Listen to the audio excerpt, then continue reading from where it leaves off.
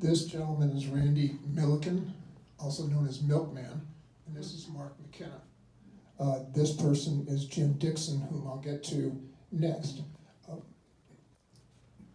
Milkman exemplifies the spirit of Dustoff his entire life. He spent 50 years in Texas, serving as an EMT, a fireman, a policeman, a detective, the liaison with the Secret Service for Texas with George Bush. He and his wife Kelly are now appointed by the governor to be the emergency management services in Junction, Kimball County, which is above Kerrville, by the way, which has received all the publicity.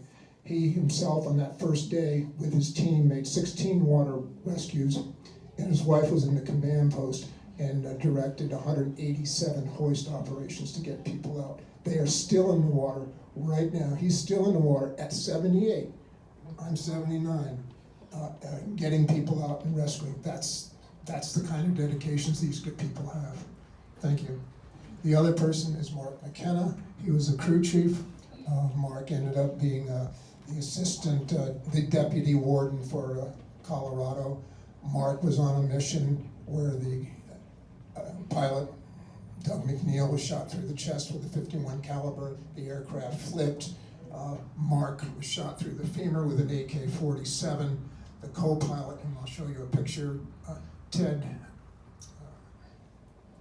Howard, was shot through both legs and was trapped in the aircraft. The aircraft was on fire. Mark, with virtually no femur, whatever, was pounding on the outside bubble of the helicopter trying to get Ted out. Ted was so delirious that when Ted would look at Mark trying to get him out, Ted would smile and give the peace symbol like he had no idea he was in trouble. But in fact, these are the kind of people that I flew with. Thank you. Impress you, but tell you what he did after he left Vietnam. Jim was the first employee and first president of Cellular One. He became the president, CEO, and chairman of the board of Nextel. He was on the boards of many major corporations. He was a technical advisor to Colin Powell, and he had many major achievements. But as you'll see here, the one thing that he treasured more than anything were the times we spent together. For pilots that I stay in touch with, all of whom we flew together in the 159th, I'll point out, there among the 1, 2, 3, 4, 5, there are 6 Purple Hearts.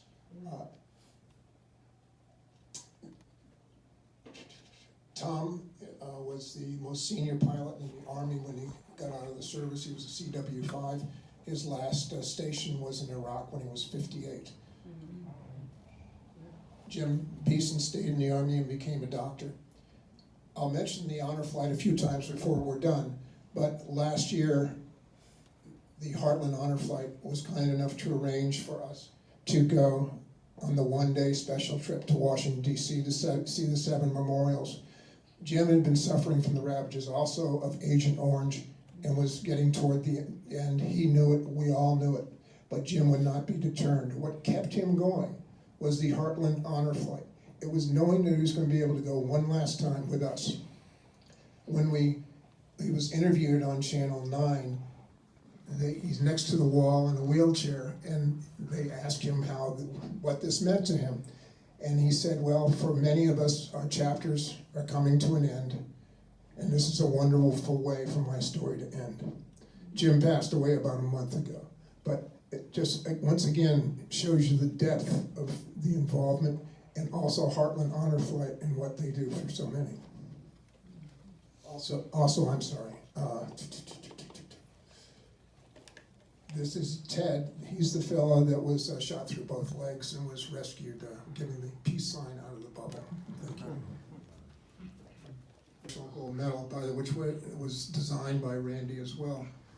In both his books, I wrote his preface, and in his second book, I wrote his afterwards. I have copies of his books here on the table, and they're not here to sell, but if anyone has an interest, they can leave their names, and we'll be happy to get them forwarded.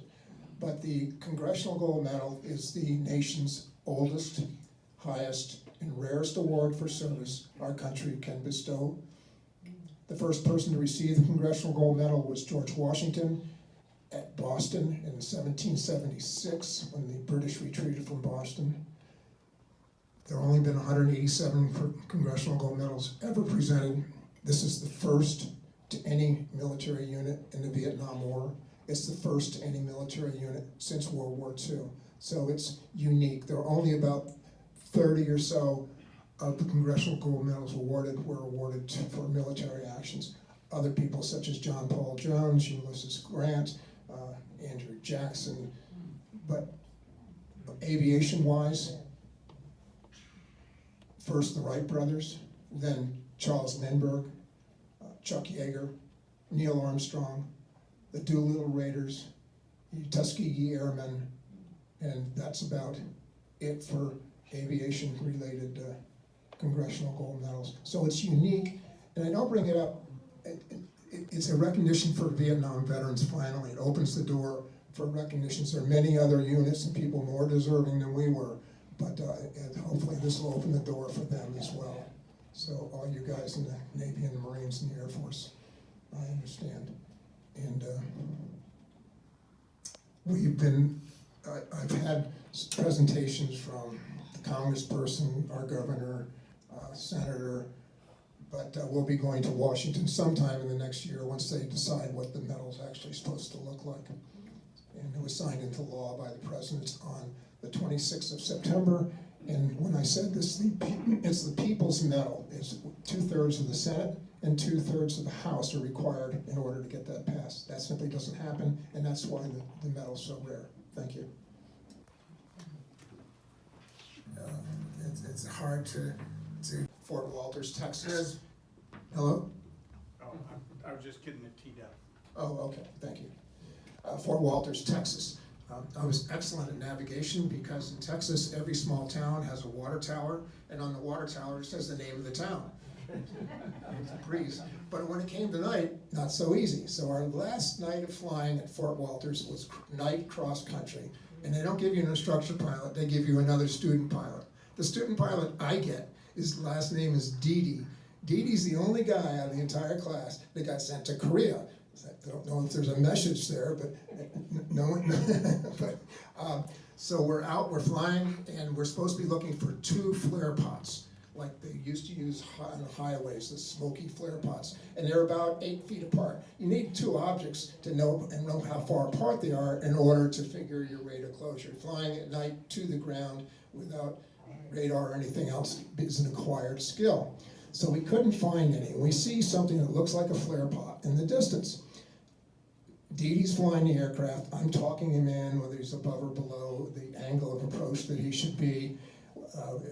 And we still don't see the second flare pot. So at 50 feet, I hit the searchlight. Well, this very nice Texas farm family is having their barbecue on the back deck. There are people diving off the decks. We as they say in Vietnam, Didi Mao, get the heck out of there and kind of quietly try to make it back to the post so nobody would notice. So during the debriefing, much of a room like this, maybe 2 or 3 times as big, and they get toward the end of the debriefing, and I say, boy, we made it through this one. And he says, oh, by the way, who's Recluse 2-3? So I kind of raised my hand, and he says, well, Warrant Officer Crowley, well, you did a really good job in coaching your other pilot to make an approach. The bad news is you were on broadcasting live on guard to everybody in northern Texas. You have managed in one night to undo 10 years of goodwill that we tried to establish. And since they needed pilots, they graduated me anyway.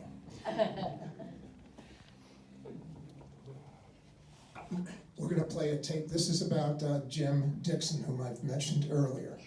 That thing here is a Montagnard crossbow. That's a quiver. And this is not supposed to be done in serious, but it tells us true story. So if you'll play that, thank you. May be apparent. Some of us still have issues. Oh yeah, The following is the mostly true account of Flatbush's first night in Cu Chi, referred to ever since as the Night of the Lieutenant. Jim had been assigned to Lieutenant Kurtz's hooch. Although still monsoon wet behind the ears and somewhat neurotic, the lieutenant generously offered to show Flatbush the ropes. After giving Jim the FNG, or Frigging New Guy tour of the 159th area, they settle in for the night. Lieutenant Kurtz tells Flatbush, if something happens, do what I do. Sure enough, a couple hours later, wham, wham, wham. Incoming. Nothing uncommon. Jim sits bolt upright on his cot. He can make out the lieutenant fumbling for a flashlight, donning a steel helmet, and charging, head down, for the locked door. On impact, Jim's mentor careens backwards, falling dazed. Jim, a very analytical sort and a quick study, sizes up the situation. Should he follow protocol, put on the lieutenant's still spinning helmet, and charge the locked door? Instead, he assists the stunned, addled, and somewhat cross-eyed officer to the bomb shelter. Jim moves out the next day. Having no choice, he moves in with me. 3 months later, he moves out. Go figure.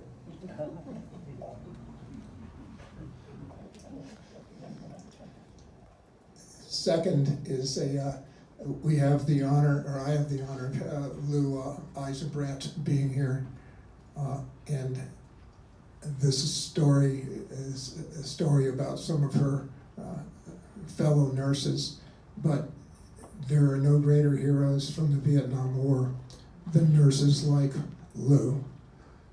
Lou, to this day, and I hope she doesn't mind my saying this, supports veterans' efforts, women's rights, the VA, and has for years. She's an author of a military silver award book called, surprisingly, Vietnam Nurse.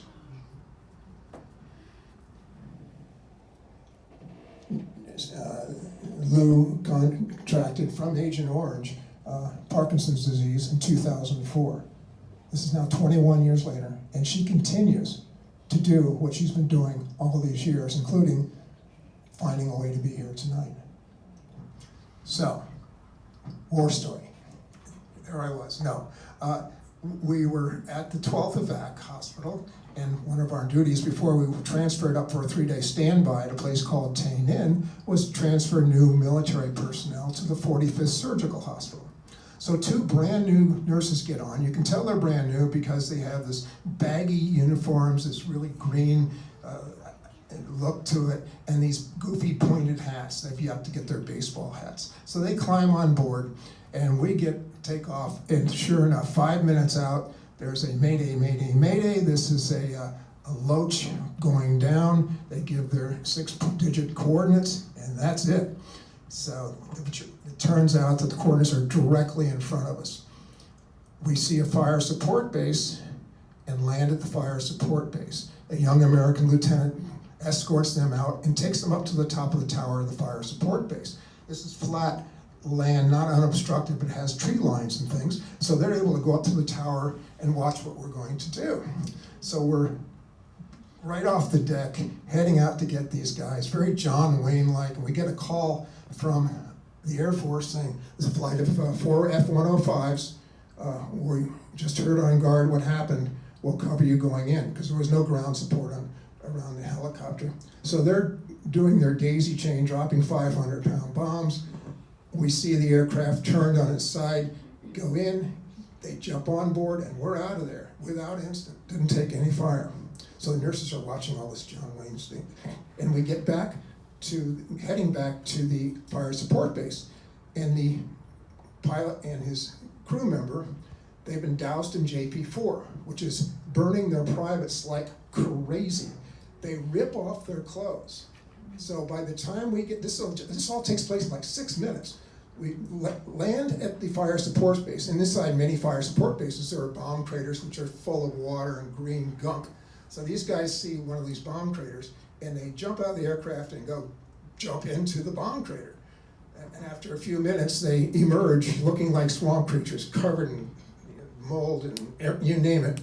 And they're going back toward the aircraft, and they suddenly see the nurses. So instead of just running, now they're going like this, back to the aircraft. So all's well. We get back to the 45th, and one of the nurses comes up and steps on this step by the skid, and says, "Is every day like this?" But in seriousness, when I arrived at Brooke Army Hospital, the 16 of us pilots, 200 brand new nurses arrived from around the country, fresh out of nursing school. These nurses,